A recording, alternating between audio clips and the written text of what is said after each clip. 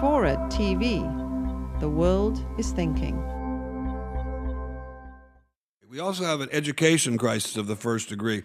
When I was a child, all our test scores were always going up, and we were all great kids. But then somehow in the late 70s and 80s and 90s, test scores started to not go up anymore and started to go down. And this is a huge, huge problem. Many, many young Americans don't know history, don't know geography, don't know anything except, I guess, how to get high.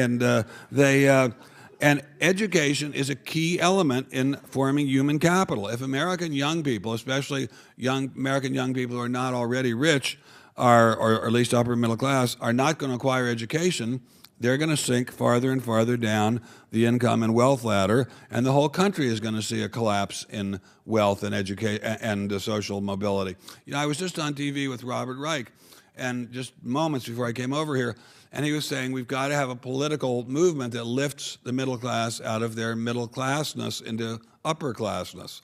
And I said, I don't think that can be done by the government. It can only be done by people working and saving. And as the parent of a teenager, I see very scary auguries about that. The modern young person, there are plenty of them who do want to work, but there are also plenty who don't work, and there are plenty who don't learn anything. And I don't blame the teachers for this. I blame the students themselves. I mean, the teachers are working hard. It is a hard job being a teacher. I've been a teacher. It's a hard job. And I taught in a very privileged setting, mostly at UC Santa Cruz. Even there it was kind of hard. It's very hard teaching kids who are stoned all day long. But anyway, young people just have to get into their heads that it's very, very important for them to learn. And I'm mindful of an anecdote which I think conveys this situation better than I could convey it by data. Just recently I concluded a stint being the co-host of a show on VH1 called America's Most Smartest Model. And we took about 1,600 young men and women who told us they were models anyway, and we tested them, and we wintered it down to 16, 8 men and 8 women, and gave them various tests to see which of them was America's most smartest model. We were aware of the grammatical and usage error, and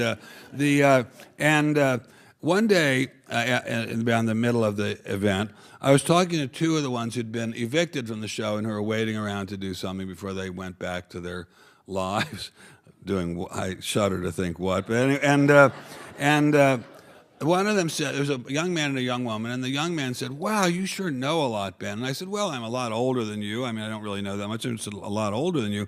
He said, "How old are you?" And I said, at the time I was 62. I said, "Well, I'm 62." And he said, "Wow." And I said, "Well, let's do a little test right here." I said, "Who was president when I was born?" So they think and they think, and the guy says, "Abraham Lincoln." And I said, No, I said, "Not Abraham Lincoln." So they think and they think, and they say, "Well, we can't think of any other presidents." I said, "Okay, I'm going to give you a clue. A very big war was raging when I was born, and it was raging all around the world, and it was not the first of its kind. So let's start by seeing if you can tell me which war that was."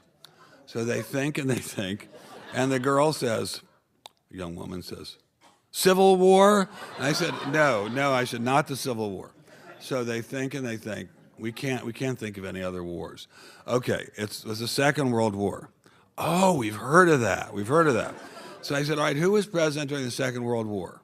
"We don't know." "Okay, Franklin Delano Roosevelt." "All right, I'm going to make it really easy for you. Here's some questions. Who did we fight in World War II?" They both simultaneously say, "Germany." "Right." I said, "Very good. Who else did we fight against in World War II?" "Russia." "No, Russia was on our side in World War II. And I might add, a damn good thing, too." And they said, "Oh." So I said, "Well, so then who else did we fight against in World War II?" The guy says, "Germany." I said, "You already said Germany." So he said, "All right, I don't know. And I said, "All right, well, let me just give you a hint. We fought the war in the European theater of operations and in the Pacific theater of operations. Who did we fight against in the Pacific theater of operations?" They think and they think. The guy says, Germany. I said, no, Germany is not in the Pacific. Who did we fight against in the Pacific? The guy thinks and thinks. He says, Russia. I said, no, I already told you Russia was on our side. So they say, we can't think of it. We can't figure it out. So I said, all right, I'm going to make it really easy. It's an island nation that produces very good quality cars. They think and they think. The guy says, Germany? No, not Germany. It was Japan. The guy says, we fought a war against Japan. Who won? So anyway, then the guy says, or maybe it was the woman, I've forgotten right now, says, wow, you know so much, it's amazing. And I said, well, I don't really think it's that much to know. I said, but, I guess we do learn a little bit of history growing up in Washington, D.C., as I did. So he says, oh, yeah, Washington, D.C., where it rains all the time, they have those big trees. And I said, no, that's Washington State. And he said, well, what's the difference? And I said, well, Washington, D.C. is a little enclave between Maryland and Virginia, where the federal government has most of its offices.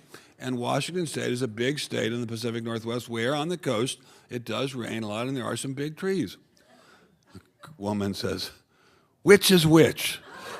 So anyway, and the media feeds this relentlessly by telling people it's not cool to study, it's not cool to be smart, it's not cool to know anything, it's cool to sing and dance and fight.